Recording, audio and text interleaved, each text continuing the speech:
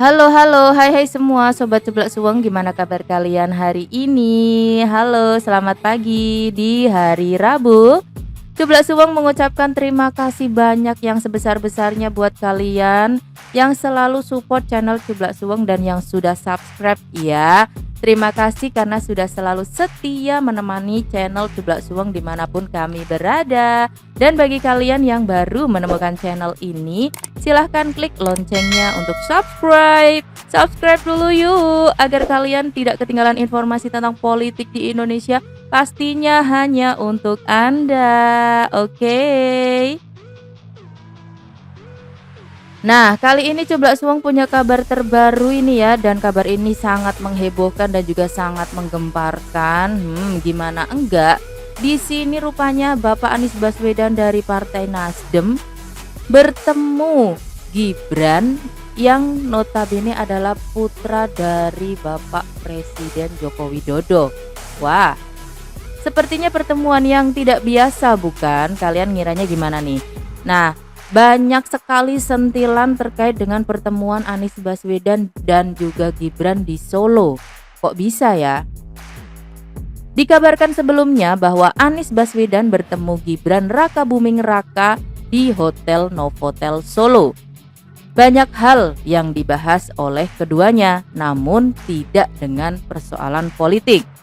Enggak kok, kami enggak membicarakan soal politik, kita ngobrol sana-sini saja, kata Anies pada Selasa 15 November 2022. Anies pun mengatakan bahwa pertemuannya dengan putra Presiden Jokowi itu hanya sebatas silaturahmi biasa dan sekaligus sarapan bersama. Kita sedang silaturahmi santai dan sekarang mau ke acara haul. Mudah-mudahan acaranya lancar. Saya doakan Mas Gibran selalu sehat dan dimudahkan dalam menjalankan amanah ini. Saya senang sekali pagi ini bisa menyambut beliau, sarapan bersama, ngobrol, pokoknya banyak hal yang kita obrolin, kata Anies.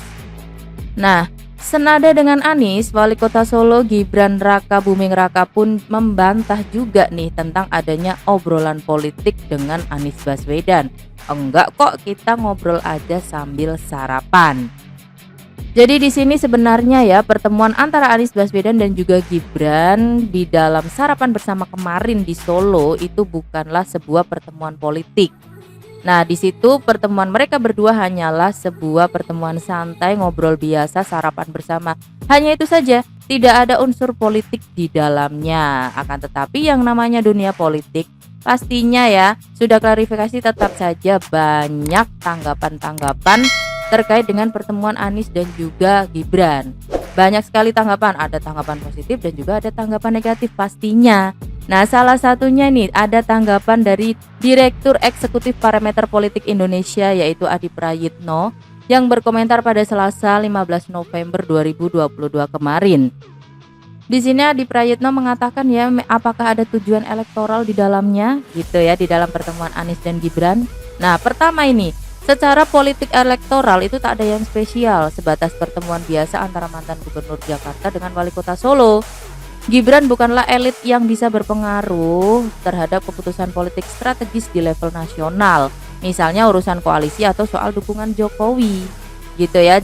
Dan di sini Adi menilai bahwa kedudukan Gibran itu hanya kader biasa, tidak membawa pengaruh apapun ke elektoral politik, meskipun Gibran adalah putra dari Presiden Jokowi. Nah, di sini kalau disimpulkan berarti ya tidak ada efek politiknya karena memang Gibran tidak memiliki pengaruh apapun untuk elektoral politiknya. Itu penilaian dari Adi ya. Dan untuk yang penilaian keduanya adalah secara umum Anies ini ingin mengesankan bahwa dirinya bisa berkomunikasi dengan semua pihak, termasuk pihak yang selama ini sangat kontra.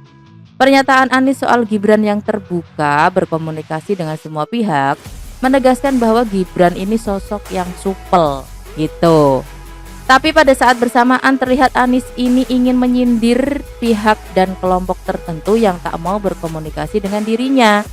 Pernyataannya yang sangat bersayap, bahkan pertemuan dengan Gibran sebagai bentuk satire bahwa Anies terbuka dengan siapapun. Bukan seperti mereka yang anti Anies dan menutup ruang komunikasi. Dan yang ketiga, pertemuan Anies dan Gibran pastinya bikin Kadrun dan Cebong tidak happy. Pada level Kadrun, tak ada gunanya Anies bertemu dengan Gibran. Toh itu akan mengubah sikap politik Jokowi dan pendukung yang selama ini berbeda mazhab. Begitupun pada level Cebong, tak ada gunanya Gibran berjumpa dengan Anies, sosok yang selama ini menjadi simbol perjuangan kelompok oposan yang sangat anti Jokowi. Nah, jadi itu ada 3 kesan dan pesan gitu ya untuk pertemuan antara Anies dan juga Gibran. Yang pertama, sebenarnya tidak ada kepentingan elektoral karena memang Gibran tidak terlalu berpengaruh di dalam politik gitu ya. Yang kedua, Anies ingin mengesankan bahwa dirinya ini terbuka dengan siapapun meskipun dengan orang yang kontra dengannya gitu. Dan yang ketiga adalah pastinya pertemuan antara Anies dan juga Gibran membuat beberapa kubu itu tidak happy dengan pertemuan mereka berdua. Salah satunya adalah PDI Perjuangan, di mana Hasto Kristianto dan juga Said Abdullah akhirnya angkat bicara terkait dengan pertemuan Anies dan juga Gibran. Said menyebut bahwa tujuan Anies di balik pertemuan mereka berdua adalah untuk memperkuat suara saja. Ya dong, Anies bertemu dengan Gibran itu dalam rangka memperbesar suaranya saja. Wong Anies itu nggak punya kinerja, kata Said. Kemudian Said pun melempar sindiran keras kalau pertemuan itu tuh merupakan siasat Anies memecah belah PDIP. Maksudnya Anies tuh mau jadi kingmaker di DKI. Iya, tapi kalau Anies yang mau majukan Gibran, Anies kan nggak punya partai, Gibran kader PDIP. Itulah triki politik Anies saja untuk mecah belah PDIP. Said pun menuding bahwa aksi Anies itu seperti pepatah ada udang di balik batu. Iya dong, mecah belah. Orang Gibran kan calon kita, tiba-tiba dia masuk ke situ. Itu bagian cara Anies membuat contrasting terus-menerus langkahnya supaya lebih dikenal publik. Dan ingat, kalau dia muji-muji Gibran pasti ada udang di balik batu. Itu adalah komentar dari Said ya, lumayan cukup pedas untuk Anies Baswedan.